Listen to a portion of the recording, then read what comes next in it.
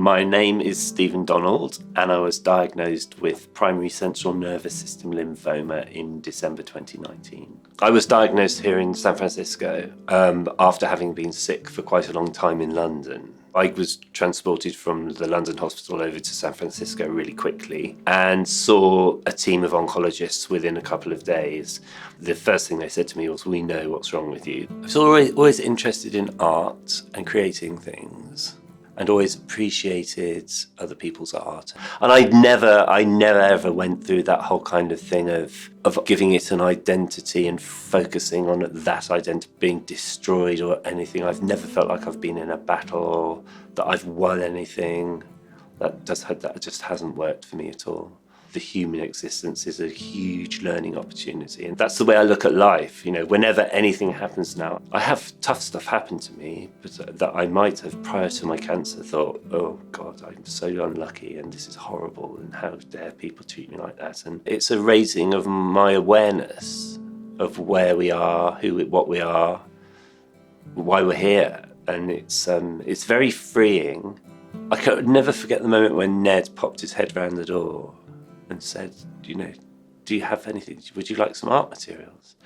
And I'm in the space of saying yes to everything because, he considered me, so I'm just not going to say no.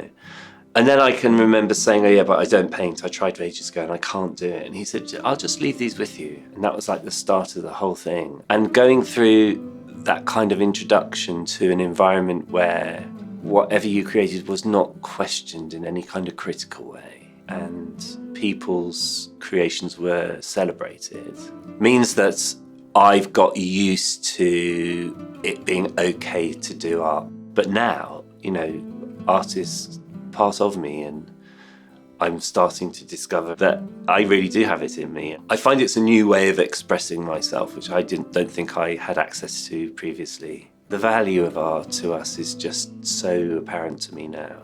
Every day is a win for a newly diagnosed cancer patient. I think noticing the small wins is really important going through this process, because I used to be a person that needed a really big thing to happen for me to be a happy chap. But actually, I can remember being in hospital, waking up and swinging my legs over the edge of the bed and standing up and thinking, "Oh, I don't feel wobbly. This is amazing." I've never done this kind of live each day as though it's my last thing, because I think as soon as you start thinking that way, you bring in the possibility that it could be your last day. So I just don't think in those sorts of terms. I think about, where am I going to go on holiday next? I'm excited for my friends that are going off into the future to do new things, and I look forward to being part of that for as long as I've got, and that's just the way that I work. There's no point in getting sad now about something that might not happen, or will happen at some point in time when we've got no control over it, but, live life. My name is Stephen, and I am Art for Recovery.